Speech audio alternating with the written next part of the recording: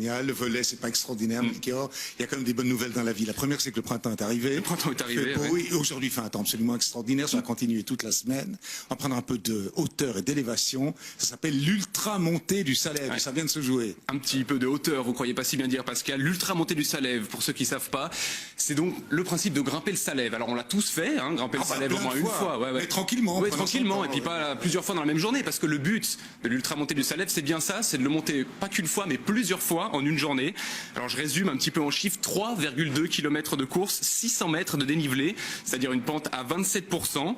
Et il y a une seule règle, il s'agit de faire un maximum de montées en moins de 6 heures. Alors ils étaient 138 participants ce samedi à se lancer dans cette aventure. On peut vraiment qualifier ça d'aventure, hein, il me semble, Pascal. Donc voilà, un très beau soleil.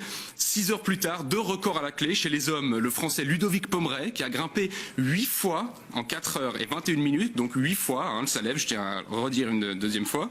C'est plus de 25 km. Et chez les femmes, alors je me tourne vers vous, Christelle Deval. Vous êtes donc originaire de Haute-Savoie. Et vous avez également battu un record. Vous l'avez monté 8 fois de votre côté, en 5 heures et 7 minutes. C'est un record, hein, je le répète. On va commencer tout de suite. Comment vous vous sentez? Comment vous avez réussi à même marcher jusqu'au plateau? Vous n'avez pas des courbatures aujourd'hui? Non. Non, c'était vraiment une aventure un peu spéciale, on va dire. Un beau challenge. Les 4 premières montées ont été effectuées, enfin, pour ma part, avec beaucoup d'aisance. Et puis la 5e montée, un petit coup de calgon. Peut-être pris trop de sucre à la fois. Voilà, mais une très belle expérience. Et si nous expliquer, parce que pour moi c'est complètement surréaliste, on a parlé avec Melchior tout à l'heure, comment on peut monter 8 fois le Salève en 5 heures? Et puis d'abord on redescend comment? En téléphérique. Ah quand même, mais 8 fois, comment on fait? Quel entraînement, quelle préparation? Moi je fais beaucoup de montagne. C'est vrai que j'ai la chance d'avoir une famille, autant mon mari que mes enfants, que tout le reste de la famille qui est bercé dans ce milieu montagnard, on va dire. Donc je m'entraîne beaucoup personnellement, mais beaucoup avec la famille. Donc c'est un énorme atout pour pour ce genre de compétition. Mais alors, vous dites être un peu issu de la montagne finalement, vous êtes bercé par la montagne. Mais justement, contrairement à d'autres sports, c'est quand même difficile de se préparer puisque chaque montagne a un profil assez différent. Alors comment on se repère un petit peu? Comment vous avez préparé finalement cette ultramontée du Salève? J'ai quand même effectué une reconnaissance il y a à peu près 3 semaines en arrière, en faisant une fois la montée. Et honnêtement, il y a une dizaine de jours en arrière, je l'ai effectué 3 fois. On m'a redescendu en voiture pour que je fasse les montées, voilà. Alors, c'est pas un challenge comme ça que vous êtes lancé, c'est vraiment un sport, ça s'appelle le kilomètre vertical ou le skyrunning. Alors, expliquez-nous un petit peu pour vous, finalement, qu'est-ce que c'est que ce sport? Où est-ce qu'on peut en pratiquer? Est-ce qu'il y a une grande communauté?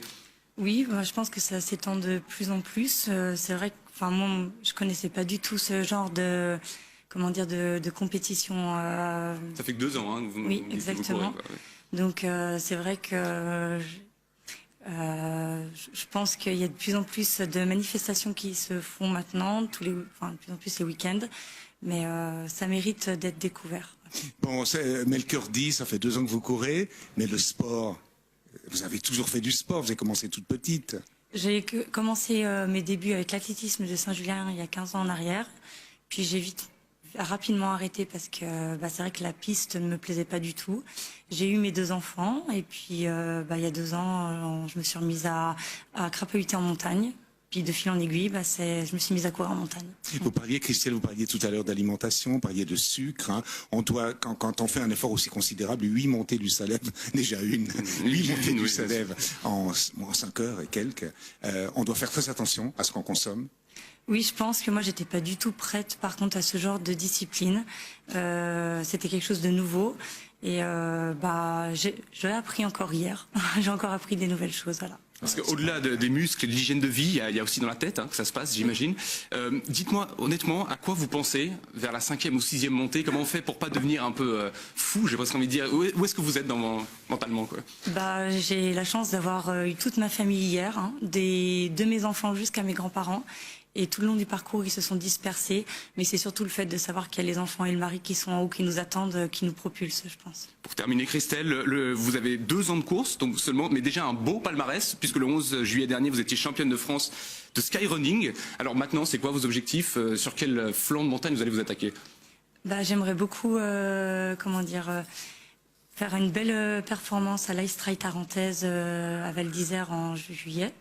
Et puis, essayer de continuer à avoir mon record du monde à Fullier en Suisse, donc en octobre prochain, c'est essayer de le conserver. Voilà. Pas mal d'avoir une record woman du monde. C'est vraiment franchement, félicitations, Christelle. Le record, quoi. Vous revenez, alors nous on fera le Salève si vous voulez. Une fois cet été, ouais. Je vous emmène dans ma voiture. En voiture, ouais, et puis en descendant en téléphérique. C'est parti. On va aller chercher la voiture après. On va aller chercher la voiture. Merci infiniment, Christelle. Merci à vous. On vous souhaite tout bon pour la suite de votre carrière, notamment pour ce record du monde, pour que ça continue. Merci, Melchior. Vous avoir bientôt avec nous. Merci beaucoup. J'aime beaucoup faire ça avec vous.